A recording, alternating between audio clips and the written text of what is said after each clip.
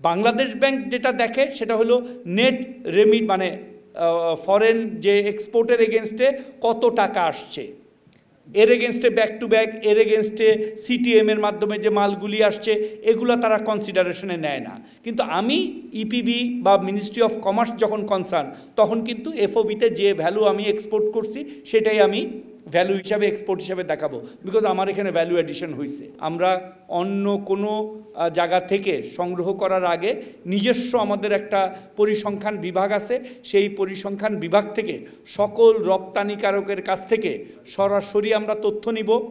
Shipping area যারা মানে শিপারের মাধ্যমে শিপ করে তাদের কাছ থেকে তথ্য নিব।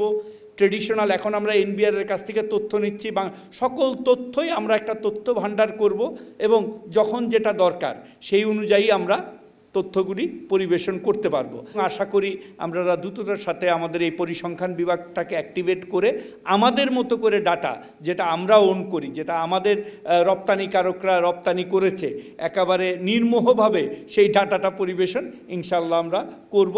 তাহলে আর এই গ্যাপটা থাকবে না যে এনবিআর কী বলল, বাংলাদেশ ব্যাংক কী বলল।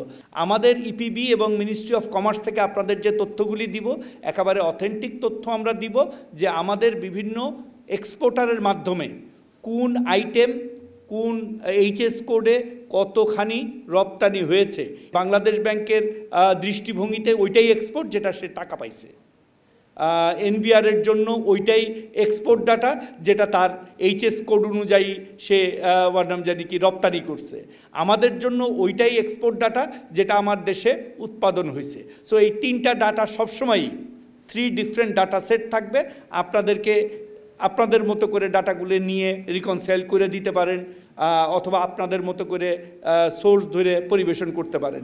আমাদের মন্ত্রণালয় থেকে আমরা চেষ্টা করতেছি একেবারে শতভাগ সততার সাথে ট্রান্সপারেন্সি এবং অ্যাকাউন্টেবিলিটি মেনটেন করে আমাদেরটা আমরা দায়িত্ব নিয়ে বলতে পারবো যে আমরা সর্বোচ্চ চেষ্টা করতেছি স্বচ্ছতা এবং জবাবদিহিতার মাধ্যমে আমাদের কার্যক্রমগুলি পরিচালনা করতে, এবং আগামীতেও ইনশাল্লাহ এই স্বচ্ছতা এবং জবাবদিহিতা আমার মন্ত্রণালয়ের অধিদপ্তর 13টা আছে, প্রত্যেকটা অধিদপ্তর থেকে আপনারা পাবেন।